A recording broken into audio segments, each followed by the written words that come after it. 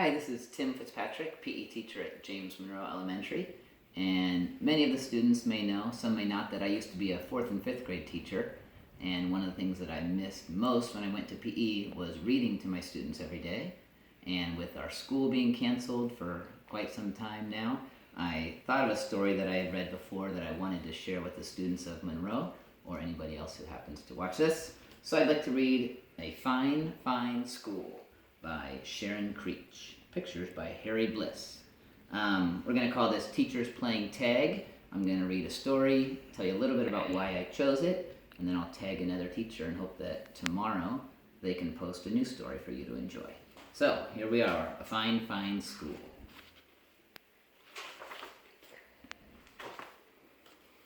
Mr. Keene was a principal who loved his school. Every morning he strolled down the hallway and saw the children in their classes. He saw them learning shapes and colors and numbers and letters. He saw them reading and writing and drawing and painting. He saw them making dinosaurs and forts and pyramids. "Oh," he would say, "aren't these fine children? Aren't these fine teachers? Isn't this a fine, fine school?" Near Mr. Keene's school, Tilly lived with her parents and her brother and her dog, Beans, in a small house next to a big tree. On Mondays and Tuesdays and Wednesdays and Thursdays and Fridays, Tilly went off to school.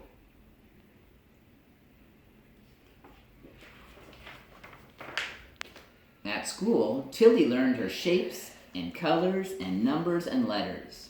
Sometimes, when she saw Mr. Keene standing in the hallway, he waved. "Aren't these fine children?" he said to himself. "Aren't these fine teachers? Isn't this a fine, fine school?" On the weekends, Saturday and Sunday, Tilly climbed her favorite tree. "I'm stuck. Get help." And she took Beans on walks and threw him sticks. "Let it go now, Beans." And she pushed her brother on a swing and tried to teach him how to skip. Be one with the skip.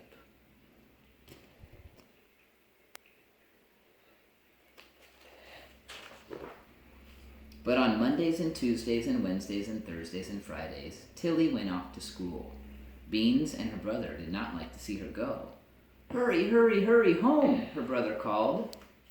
One day, Mr. Keene called all the students and the teachers together and said, "This is such a fine, fine school. I love this school. Let's have more school. From now on, let's have school on Saturdays too." The teachers and the students did not want to go to school on Saturdays, but no one knew how to tell Mr. Keene that.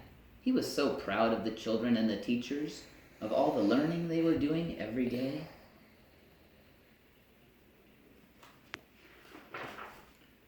And so that Saturday, Tilly set off for school. "But it's Saturday. What about the swings?" her brother called. The following month, Mr. Keene announced, "This is such a fine, fine school. I love this school. Let's have more school. From now on, let's have school on Sundays too." The teachers and the students did not want to go to school on Sundays, but no one knew how to tell Mr. Keene that. He was so proud of the children and the teachers, of all the learning that they were doing every day.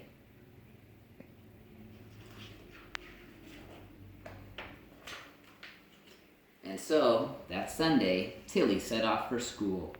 "But it's Sunday. What about the skipping?" her brother called. The following month, Mr. Keene called everyone together and said, "This is such a fine, fine school. I love this school. Let's have more school. From now on, let's have school on holidays too. On Easter and Ramadan and Thanksgiving and Christmas and Hanukkah. On all the holidays, on every calendar." The teachers and the students did not want to go to school on holidays, but no one knew how to tell Mr. Keene that. He was so proud of the children and the teachers, of all the learning they were doing every day. And so on Christmas, Tilly set off for school. "But it's Christmas. What about Christmas?" her brother called. The following month, Mr. Keene called everyone together and said, "This is such a fine, fine school. I love this school. Let's have more school. From now on, let's have school In the summer, too. All summer long, every single day.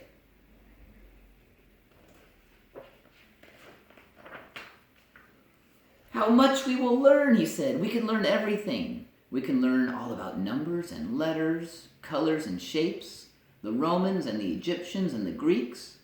We will learn about dinosaurs and castles and everything. We will learn everything. The teachers and the students did not want to go to school on Saturdays and Sundays and holidays and all summer long, every single day. But no one knew how to tell Mr. Keene that. He was so proud of the children and the teachers, of all the learning they were doing every day. And so, on the first day of summer, Tilly set off for school. But it's summer! What about summer? Her brother called. And that day, Tilly went to see Mr. Keene. She stood in his office, in front of his desk. What a fine, fine school this is, Mr. Keene said. What amazing things everyone is learning. Yes, Tilly said. We certainly are learning some amazing things. A fine, fine school, Mr. Keene said. But, Tilly said, not everyone is learning. What? Mr. Keene said. He looked very worried. Who? Who isn't learning? Tell me, and I will see that they learn. My dog Beans hasn't learned how to sit, Tilly said, and he hasn't learned how to jump over the creek. Oh, Mr. Keene said, and my little brother hasn't learned how to swing or skip. Oh, Mr. Keene said, and I, she said, but you go to school, Mr. Keene said, to our fine, fine school. True, Tilly said, but I haven't learned how to climb very high in my tree, and I haven't learned how to sit in my tree for a whole hour. Oh, Mr. Keene said. That day, Mr. Keene walked up and down the halls, looking at the children and the teachers. Up and down the halls he walked, up and down, up and down.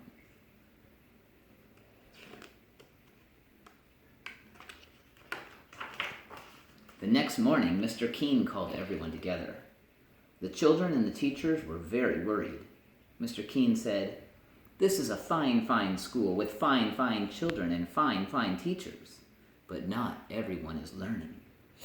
The children and the teachers were very, very worried.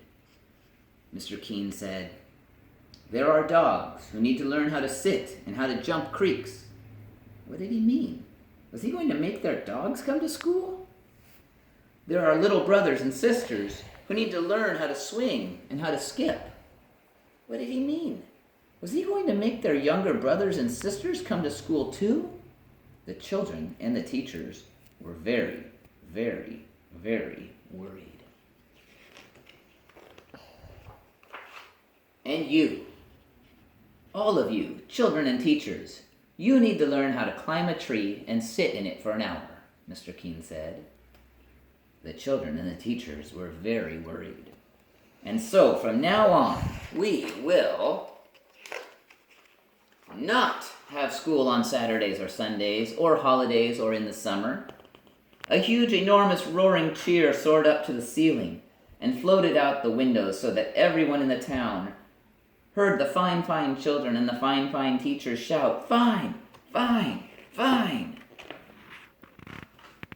And the fine, fine children and the fine, fine teachers lifted Mr. Keene up, and they carried him down the hallway, and out the doors, and through the town, up and down, in and out. And everywhere they went, the people said, "What a fine, fine school, with such fine, fine teachers, and fine, fine children, and a fine, fine principal." The end. I picked this book because Yes, we have James Monroe is a very fine, fine school where we are learning amazing things. With school being canceled, you may have found that everything has seemed to slow down, and I think this is a really good opportunity for you to learn some things at home on your own.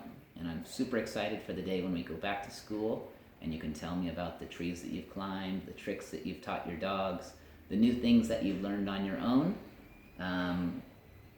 It's going to be different times that we're in right now, but we're going to come back together stronger than ever. So I want you to know that we miss you all the students, your teachers miss you. We look forward to seeing you again and hearing all that you've learned. I'm going to tag our next teacher, Mrs. Lund, first grade.